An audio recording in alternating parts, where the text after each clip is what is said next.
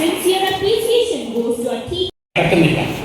അദ്ദേഹം അതിന്റെ എല്ലാ വശങ്ങളെക്കുറിച്ചും എങ്ങനെയാണ് നാം സ്വയം ഇതിൽ നിന്ന് വിമുക്ത കോൺസിക്വൻസസ് ഓഫ് ഡ്രഗ്സ്